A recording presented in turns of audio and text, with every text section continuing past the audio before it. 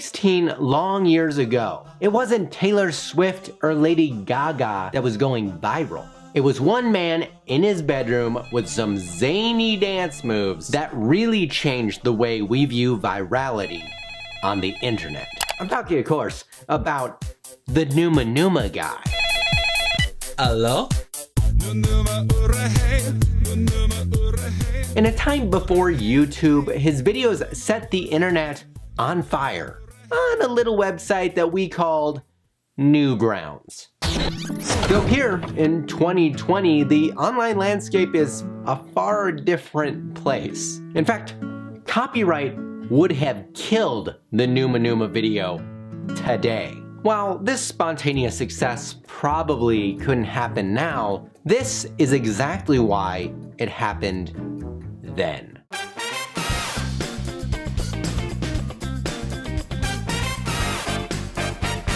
Looking back, the key to internet virality is kind of like baking a cake. And while today there are specific ingredients we can use to make this viral baked good, back in the day, it was kind of a mystery. Sort of like women. I mean, really, you could have been throwing anything in there. We could have had some of this, some of these, a whole lot of this. Oh, and I can't forget our 4-leaf clover. Isn't that just parsley? Okay, so maybe I don't know the recipe. These ingredients though, something that were accidentally gonna be thrown together by one man named Gary Brolsma. On a crisp December morning back in 2004, Gary Brolsma, known only to a select few then as G-Man 250, was about to post what some consider the first viral sensation. A lip-sync, loosely choreographed hit, the Numa Numa dance. Then a Numa Grounds video exclusive. But in the following years, an entire internet-wide phenomenon. This leading to publicity, follow-ups, parodies, and solidified his seat in the meme history books.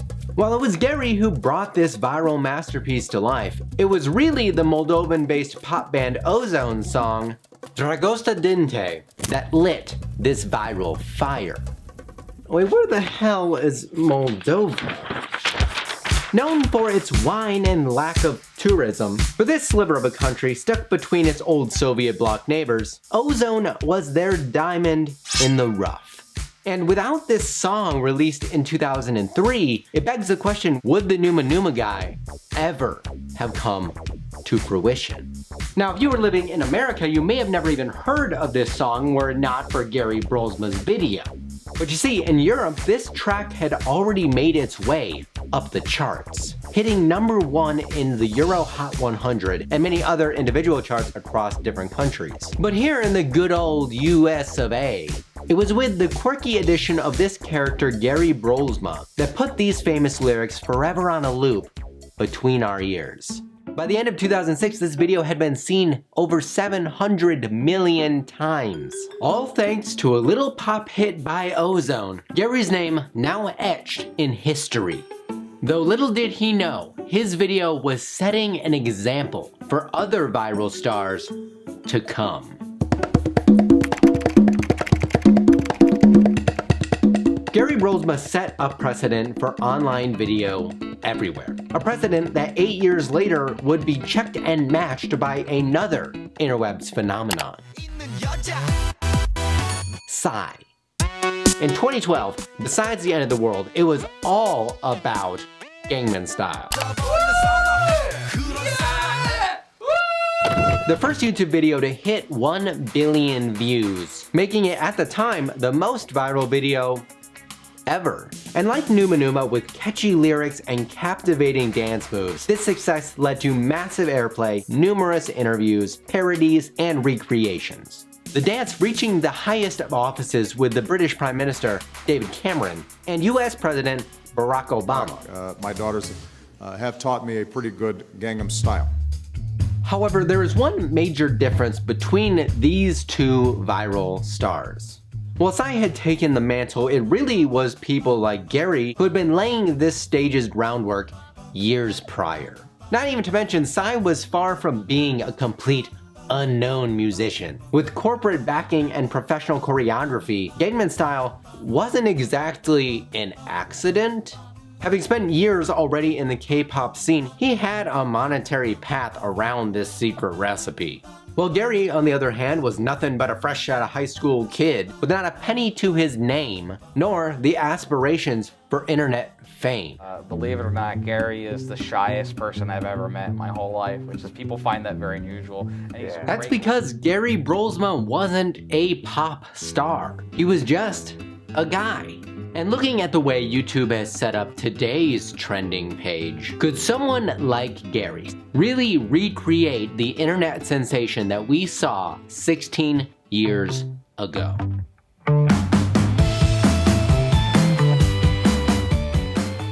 The Numa Numa effect was felt far and wide. Here in 2020, Ozone's song still being used in commercials, ushering in thoughts of a simpler time on the internet. What made the Numa Numa video stand out wasn't the video's quality or an over-the-top personality like we see in a lot of content that does well today. Before 2004, we barely could get enough bandwidth to stream video online into our homes. It was here on sites like Newgrounds that allowed the new masses exploring this wild west to meet, greet, and allowed people like Gary to take their interaction to another level.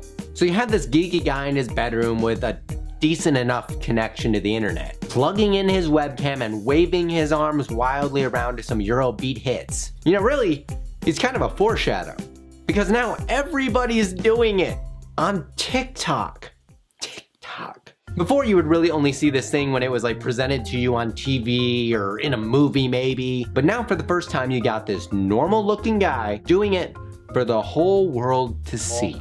And I think if it's something they can make a connection with in some way. And I think that's true of really any kind of creative art that's successful. Gary is somebody we can all relate to, and that was his superpower.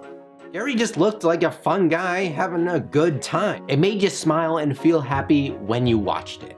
While Gary, with the use of Ozone's pop hit, had unknowingly discovered the secret ingredients for viral success, if he were to try this recipe again today, would it have the same result?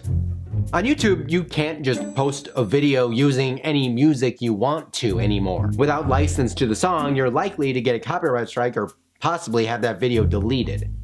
Would the Numa Numa effect have happened in this age of aggressive copyright enforcement?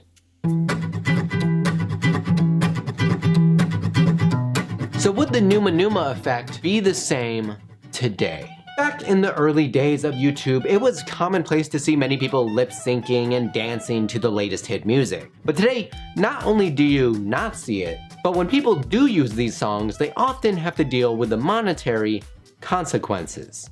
Now, you may have heard the term copyright strike. When a music label or licensing office claims your video for violation of using their music without permission, this can lead to one of two outcomes. So let's play a game. You use, you lose. So what happens if you choose to use copyrighted music? Well, number one, if you infuriate the copyright owner, they will take all of your video's revenue. Or, if you really piss them off, they can request that the host website take down the video entirely.